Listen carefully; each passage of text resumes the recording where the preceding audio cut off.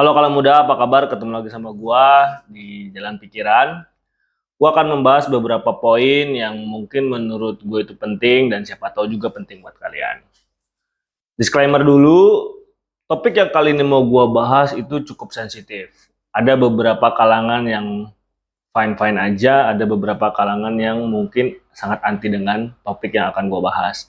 Jadi gue sebisa mungkin hati-hati banget dalam membahas ini, ya tengah-tengah lah intinya. Karena tidak memihak mana yang anti dan mana yang pro. Intinya adalah cuma ingin mengetahui kenapa sampai dengan saat ini topik yang gue bahas tersebut itu cukup eksistensi di negara kita dan bisa dibilang ya mayoritas pria-pria Indonesia sangat enjoy dengan ini. Selamat datang di Jalan Pikiran, selamat menikmati. Let's go! Nggak bisa dipungkiri, rokok memang menjadi bagian dari masyarakat Indonesia. Hal ini ditunjukkan dengan setiap kegiatan para lelaki itu pasti ditemani oleh rokok. Misalnya kongko, nongkrong, diskusi. Bila tidak ada rokok itu rasanya tidak nikmat menurut mereka yang memang mereka perokok aktif. Dari kedekatan antara masyarakat Indonesia dengan rokok ini, ada tuh anekdot-anekdot yang muncul tuh. Salah satunya adalah lebih baik merokok dibandingkan makan. Sebenarnya itu bercanda, tapi anekdot itu muncul atas dasar yang pernah dirasakan oleh mereka. Dari data sendiri, ternyata Indonesia menempati peringkat nomor 9 perokok aktif di dunia.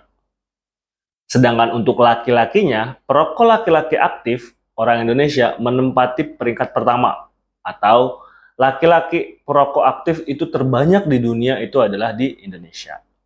Sehingga sampai dengan saat ini, rokok sudah menjadi bagian dari masyarakat Indonesia. Kita mulai dengan sejarahnya dulu. Kebiasaan merokok ini bisa dibilang diinisiasi oleh suku Indian di Amerika sana. Lalu karena banyak bangsa Eropa yang menjajah, maka kebiasaan itu menjadi tertular ke orang-orang Eropa. Istilahnya tuh orang-orang Indian tuh ngajarin orang-orang Eropa tuh untuk merokok. Karena orang-orang Eropa melihat potensi yang besar di rokok ini, maka rokok dijadikan komoditas, terutama dari bahan utama tembakau. Negara-negara Eropa akhirnya mengembangkan tembakaunya itu di negaranya masing-masing. Karena melihat bahwa komoditas ini cukup potensial, memiliki peluang yang cukup tinggi dari sisi ekonomi. Namun pada tahun 1600-an, adanya aturan yang membatasi perkembangan dari rokok tersebut. Namun orang-orang Eropa tidak kehilangan akal. Mereka melakukan ekspansi penanaman tembakau ke negara-negara jajahannya. Nah, negara jajahannya salah satunya adalah Indonesia. Maka diterapkanlah pada saat itu oleh Belanda di Indonesia, yaitu tanam paksa tembakau. Hal inilah awal mula kenapa rokok itu cukup dekat dengan Indonesia, karena memang Indonesia menjadi salah satu lahan yang cukup besar untuk tanam tembakau. Dari sinilah muncul akhirnya rokok tembakau di Indonesia. Namun sebenarnya ada juga yang menyebutkan bahwa sebenarnya orang Indonesia itu dahulu sudah mengenal budaya rokok, tapi tidak dengan tembakau, dengan dedaunan yang ada, karena memang tujuannya pada saat itu adalah sebagai obat. Sehingga orang Indonesia memang sudah memulai itu. Namun ketika dikenalkan oleh bangsa Eropa bahwa tembakau itu adalah sebagai bahan baku utama rokok dan adanya tanam paksa di Indonesia, sehingga terbentuklah bahwa tembakau yaitu salah satu bahan utama dari rokok dan tersebar dengan mudah di Indonesia dengan berbagai pabrik-pabrik yang muncul. Lalu ada beberapa home industry yang muncul untuk bisa mengembangkan produk tersebut. Mungkin benar, merokok adalah kebudayaan dari luar. Tapi ternyata Indonesia memiliki ceritanya sendiri terkait rokok, yaitu rokok cita rasa khas Indonesia. Kalau teman-teman dulu pernah mendengar cerita tentang rokok Indonesia, itu salah satunya adalah kisah tentang Haji Jamhari, di mana beliau pada saat itu mencampurkan tembakau dan juga cengkeh. Tujuannya sebenarnya adalah untuk menghangatkan tenggorokan, karena pada saat itu Haji Jamhari sedang sakit batuk atau flu. Ternyata rokok tersebut itu bisa membantu meringankan sakitnya beliau. Nah, dari bunyinya si cengkeh yang terbakar itulah muncul suara tek tek tek, sehingga rokok tersebut disebut dengan rokok kretek. Yang notabene itu tidak ada di negara manapun. Karena cengkeh itu bisa dibilang hanya bisa tumbuh di Indonesia. Cita rasa itulah yang menjadi salah satu cerita yang mungkin membanggakan Indonesia karena kita memiliki rokok yang khas yang tidak dimiliki oleh negara lain. Negara Indonesia itu adalah negara yang penuh dengan budaya dan juga tradisi. Orang-orang Indonesia itu adalah orang-orang yang sangat sopan santun dan selalu mengutamakan adat istiadat. Hal ini juga menjadi salah satu keutamaan kenapa rokok itu cukup sustain dan juga bertahan di masyarakat Indonesia. Saat ini, di setiap kebudayaan-kebudayaan yang ada di Indonesia, itu selalu disusupi oleh rokok. Di setiap pesta, selamatan, baik itu selamatan nikahan, perayaan syukuran, itu tidak lepas dari rokok.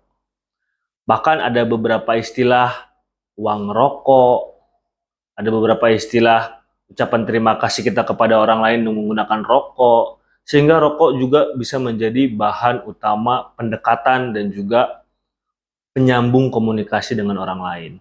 Hal ini salah satu penguat kenapa rokok itu selalu menjadi bagian dari masyarakat Indonesia dan cukup bertahan sampai dengan saat ini.